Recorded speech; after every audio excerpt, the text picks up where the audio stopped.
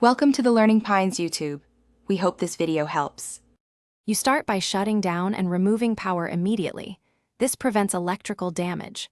Once done, ground yourself with an ESD strap or by touching a grounded metal surface frequently so static won't kill components. Next, remove the two rubber feet covering torque screws and unscrew the base with a T5 and T3 for clips. Then use a thin plastic pry to separate the case gently. Make sure you work on a clean, lit surface so you can proceed without fumbling. You'll find the tiny 2230 NVMe SSD near the hinge area. Identify the single standoff screw holding it. Once located, remove that screw and pull the old drive out at a shallow angle.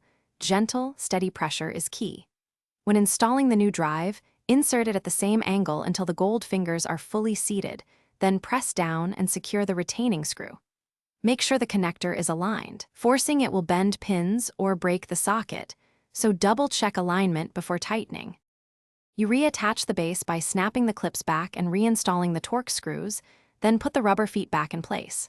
Once assembled, boot into UEFI to confirm the new NVMe is detected and adjust boot order if needed. This prevents boot failures.